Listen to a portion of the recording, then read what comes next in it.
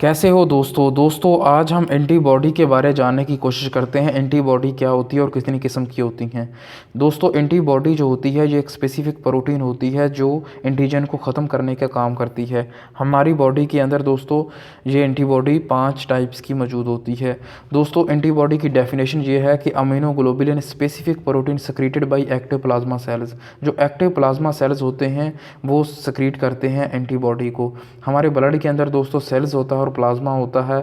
Sales जो होते हैं जैसे कि white blood cells, red blood cells और प्लेटलेट्स होते हैं। प्लाज्मा जैसा कि प्लाज्मा के अंदर दोस्तों इसके अंदर प्रोटीन भी मौजूद होती हैं, बहुत सारी प्रोटीन मौजूद होती हैं। उनमें से एक जो है जो एंटीबॉडी होती है, ये एंटीबॉडी जो होती है ये वायरस बैक्टीरिया को ख़त्म करने का काम करते हैं ताकि हमारी बॉडी के अंदर बीमारियाँ ना हो पाएँ।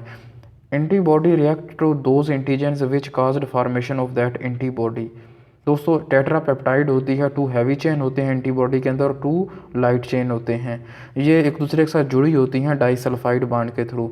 Every antibody is specific for antigen. इसका ये मतलब है जैसा कि मिलियन की तादाद के अंदर एंटीजेंस मौजूद होते हैं तो हमारी जो बॉडी के अंदर एंटीबॉडी होती है ये भी इन्हीं मिलियन की तादाद के अंदर जो एंटीजन मौजूद होते हैं उनको ख़त्म करने का काम करती है। अब हम दोस्तों एंटीबॉडी की स्ट्रक्चर को जानने की कोशिश करते हैं। ये एक वाई शेप की शक्ल की एंटीबॉडी होती है, वाई शक्ल की। दोस्तों ये एक दूसरे के साथ जुड़ी होती है डाइसल्फाइड बॉन्ड के थ्रू।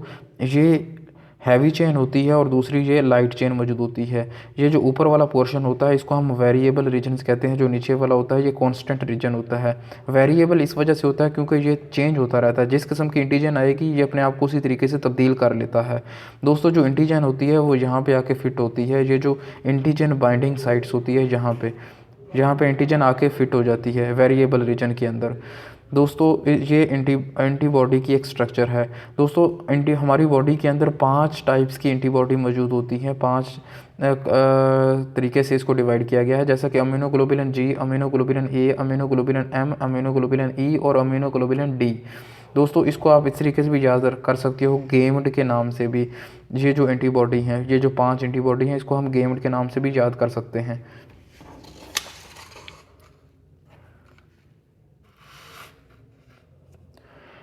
इसके बाद दोस्तों हम मज़ीद जो एंटीबॉडी की जो क्लासिफिकेशन है उसको हम मज़ीद जानने की कोशिश करते हैं। उसको किस तरीके से डिवाइड किया गया है और कौन कौन सा उनका फंक्शन होता है। दोस्तों गेम्ड जैसा कि हमने देखा अमीनोग्लोबुलिन जी, ए, ई, डी और एम। दोस्तों जो अमीनोग्लोबुलिन एम है ये रिस्पॉन्सिबल होती है अर्ली स्टेज ऑफ इम्यूनिटी, जो करंट इन्फेक्शन होता है। दोस्तों सबसे पहले जब कोई भी इन्फेक्शन हमें होता है, कोई भी बैक्टीरिया वायरस से कुछ भी हुआ है, तो सबसे पहले जो एंटीबॉडी एक्टिव होती है, जो बनती है, वो अमीनोग्लोबुलिन एम होती है। ये अमीनोग्लोबुलिन जो एम होती है ये बनती है और उस इन्फेक्शन को ख़त्म कर देती है। लेकिन दोस्तों अमीनोग्लोबुलिन जी का बहुत ज़्यादा फंक्शन होता है क्योंकि ये सबसे ज़्यादा पाई जाती है। इसके हम कुछ पॉइंट्स हैं वो भी ये देख लेते हैं। नंबर 1 जो होता है मोस्ट अबंडेंट होती है, सबसे ज़्यादा पाई जाती है। नंबर 2 सेकेंडरी रिस्पॉन्स करती है। सबसे पहले अमीनोग्लोबुलिन एम करती है प्राइमरी, और सेकेंडरी रिस्पॉन्स जो होता है अमीनोग्लोबुलिन जी करती है। ये मोनोमर्स होती है, क्रॉस प्लेसेंटा को क्रॉस कर सकती है, यानी कि मदर से बच्चे के अंदर अमीनोग्लोबुलिन जी जो होती है वो ट्रांसफ़र हो सकती है। 5 ऑप्सनाइजेशन का काम करती है, यानी कि ये जो छोटा सा बनाया गया बैक्टीरिया है उसके ऊपर एंटीबॉडी है और उसके ऊपर न्यूट्रोफिल्स ने उसको पकड़ा हुआ है। तो ये जो प्रोसेस है, इस तरीके से जो बैक्टीरिया को ख़त्म करने का प्रोसेस है, इसको हम ऑप्सनाइजेशन प्रोसेस कहते हैं। नंबर 6 जो होता है ये न्यूट्रलाइज करती है, वायरस और टॉक्सिन को ख़त्म करने का काम करती है। नंबर 7 प्रेसिपिटेशन बनाती है बट नॉट अग्लूटेशन। ये दोस्तों एंटीजन एंटीबॉडी के कम्प्लेक्स जो बनाती है ये प्रेसिपिटेशन की फॉर्म में बना देती है। दोस्तों अब अमीनोग्लोबुलिन ए को जानने की कोशिश करते हैं। ये मोनोमर्स होती है, ये भी डाइमर्स इन म्यूकल सरफेस। हमारी बॉडी के अंदर जो म्यूकस रीजन्स होते हैं हमारे स्टोमक के अंदर, जो जिनकी अंदर की लेयर, जैसा कि हमारे आर्गन के अंदर की बहुत सारी लेयर जो होती हैं वो म्यूकस होती हैं, और वहाँ पे ये अमीनोग्लोबुलिन ए जो होती है वो मौजूद होती है। Found in saliva, tears and breast milk के अंदर मौजूद होती है। Don't active classical pathway but active alternative pathway. ये एक बैक्टीरिया को किल करने का एक पाथवे होता है, वह एक क्लासिकल पाथवे होता है, एक अल्टरनेटिव पाथवे होता है। तो अमीनोग्लोबुलिन अल्टरनेटिव पाथवे को लेती है और उसको बैक्टीरिया को ख़त्म कर देती है। दोस्तों इसके अलावा अमीनोग्लोबुलिन ई को अगर हम जानें तो अमीनोग्लोबुलिन ई ये मौजूद होती है जब ये एक्टिव होती है, ये तो हमारी बॉडी के अंदर जो मास्ट सेल्स होते हैं उनको एक्टिवेट कर देती है। ये जो मास्ट सेल हैं, अमीनोग्लोबुलिन ने मास्ट सेल को एक्टिवेट कर दिया। तो मास्ट सेल के जो होता है साइटोप्लाज्मा, मेम्ब्रेन और उसके अंदर जो प्रोटीन है उसका अलग-अलग फंक्शन होता है। मास्ट सेल प्रोटीन बनाता है जो ट्यूमर नेक्रोटिक फैक्टर बनती है। उसके अलावा इंटरल्यूकिन जो 1 होता है उसको बनाती है।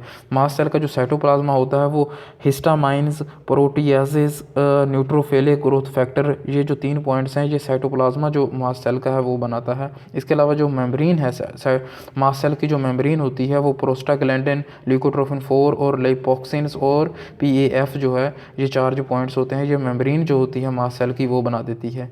दोस्तों इसके अलावा हम अगर जैसा कि हम जानते हैं अमीनोग्लोबुलिन ई जो होती है ये जब हमें एलर्जी होती है तो तब अमीनोग्लोबुलिन एंटीबॉडी जो ई होती है ये एक्टिवेट हो जाती है।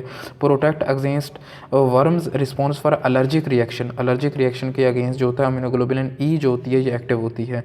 इसके बाद अमीनोग्लोबुलिन डी जो होती है ये मोनोमर्स होती है, ये भी part of B cell receptors, जैसे बी लिम्फोसाइट्स होते हैं ये जो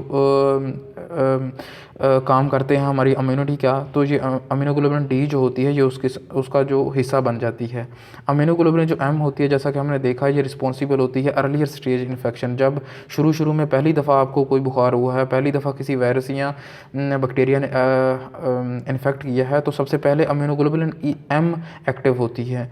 उसके बाद जो होता है अमीनोग्लोबुलिन जी जो बनती है और उस बैक्टीरिया को जब दूसरी दफ़ा जब कोई बैक्टीरिया होता है तो अमीनोग्लोबुलिन जी बनती है और उसको ख़त्म कर देती है। दोस्तों ये हमने सिंपली जाना एंटीबॉडी के बारे में। अपना ख्याल रखें, शुक्रिया।